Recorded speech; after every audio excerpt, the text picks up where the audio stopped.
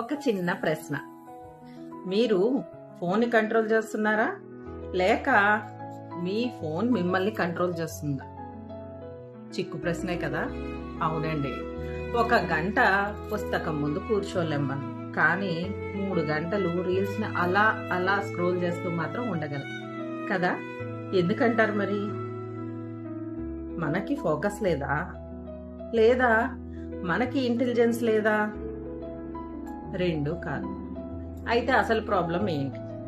మన జీవితంలో ఒక స్ట్రాంగ్ రీజన్ లేదు అంటాను నేను. అది ఎలా?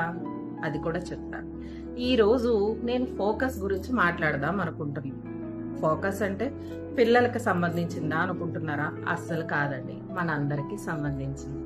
మన జీవితం ఏ దిశలో వెళ్ళాలనేది మన ఫోకస్ నిర్ణయిస్తుంది. ఎందుకంటే ఫోకస్ లేకపోతే ఎంత టాలెంట్ ఉన్నా అది వేస్ట్ గానే ఉంటుంది.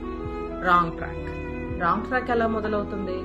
ఫ్రెండ్స్, ఎవ్వరు కూడా ఒక్క రోజులోనే చెడ్డదారిలోకి వెళ్ళరు. ఎవ్వరు కూడా ఒక్క రోజులోనే బ్యాడ్ హ్యాబిట్స్ కి అలవాటు పడరు. అది చిన్న చిన్న అలవాట్లతో మొదలవుతుంది. ఇంకొక 5 నిమిషాలు ఫోన్ చూద్దాం, ఏం పోతుంది? ఈరోజు చదవకపోతే ఏమవుతుంది? రేపటి నుండి సీరియస్ గా ఉండాలి, ఈ వాళ్ళకి ఇలా కానిచ్చేద్దాం. ఇలా ఎన్నిసార్లు అనుకోలేదు చెప్పండి? ఒక్కరోజు 5 నిమిషాలు, 2వ రోజు అరగంట, 3వ రోజు 3 గంటలు, తర్వాత సమస్యే లేదు. మనం మన జీవితాన్ని కోల్పోతున్నామని మనకు తెలియకుండానే జరిగిపోతూ ఉంటుంది. ఒకసారి ఒక విద్యార్థి నా దగ్గరకు వచ్చాడు. చాలా తెలివైన వాడు. 10వ తరగతి వరకు ఎప్పుడూ టాపర్గా ఉండేవాడు. ఇంటర్లో కొత్త ఫోన్ వచ్చింది. మొదట చదువు పూర్తయ్యాక ఫోన్, తర్వాత చదువుతున్నప్పుడు కూడా ఫోన్, తర్వాత ఫోన్ ఉంటేనే చదువు. చివరికి చదువు లేదు, ఫోన్ మాత్రమే మిగిలింది. ఇది ఫోన్ సమస్య కాదు, డైరెక్షన్. అవునండి, డైరెక్షన్ సమస్య. ఇంకొకటి, అసలు ప్రాబ్లం ఫోకస్ కాదు. చాలా మంది అంటారు నాకు కాన్సన్ట్రేషన్ లేదు. నేను చెప్తున్నాను, మీకు కాన్సన్ట్రేషన్ అనేది పెద్ద ప్రాబ్లమే కాదండి. రీజన్ ప్రాబ్లం ఉంది. నేను మీకు ఒక ప్రశ్న అడుగుతాను. ఒకరోజు డాక్టర్ వచ్చి మీ అమ్మకు ఆపరేషన్ చేయాలి, ఈ రాత్రి వరకు 5 లక్షలు తెచ్చుకుంటే బతుకుతుంది అన్నాడు అనుకోండి. ఆ సమయంలో మీరు ఫోన్స్ చూస్తారా? రీల్స్ చూస్తారా? పోనీ నిద్రపోతారా ప్రశాంతంగా? లేదు కదా. ఎందుకు? ఎందుకంటే అక్కడ ఉన్న కారణం, అంటే రీజన్ చాలా పెద్దది. అంటే ఫోకస్ అనేది టెక్నిక్ కాదు, ఫోకస్ అనేది ఒక స్ట్రాంగ్ రీజన్ యొక్క ఫలితం. అవునండి. ఇక 3వ విషయానికి వస్తే, అసలు మైండ్ ఎలా పనిచేస్తుంది? మన మైండ్కి 2 విషయాలే కావాలి. ఫస్ట్ వన్ ప్లెజర్, సెకండ్ పెయిన్ని అవాయిడ్ చేయడం. అవునండి, చదువు చాలా కష్టం. ఎక్సర్సైజెస్ అమ్మో మన వల్ల కాదు. కొత్తగా ఏదైనా నేర్చుకోవడం, అది కూడా కష్టమే కదా. కానీ రీల్స్ చూడడం ఉంది చూసారా, భలే మజా వస్తుంది కదా. చాలా ఈజీ. పడుకోవడం అంతకంటే ఈజీ. టైం పాస్ చేయడం అది ఇంకా బెటరు. అందుకే మైండ్ ఈజీ దారిని ఎంచుకుంటుంది. కానీ ఈజీ దారి చాలా సార్లు తప్పు దారిగా మారుతుంది. అవునండి, విత్తనం నేలలో పడినప్పుడు అది చీకట్లోనే ఉంటుంది. మట్టిని చీల్చుకొని బయటకు రావాలి, ఎండను తట్టుకోవాలి, వర్షాన్ని అది కూడా తట్టుకోవాలి. ఆ తర్వాత మాత్రమే అది చెట్టుగా మారుతుంది. అవును, మన జీవితాలు కూడా అంతే కదా. కొంచెం కష్టాన్ని భరించకుండా గొప్ప ఫలితాలు ఎక్కడి నుంచి వస్తాయి చెప్పండి? అర్థమైందా నేను అంటుంది ఏమిటో మీకు? ఇంతకీ ఫోకస్ అంటే ఏంటి? ఫోకస్ అంటే ఫోన్ ఆఫ్ చేయడం కాదండి.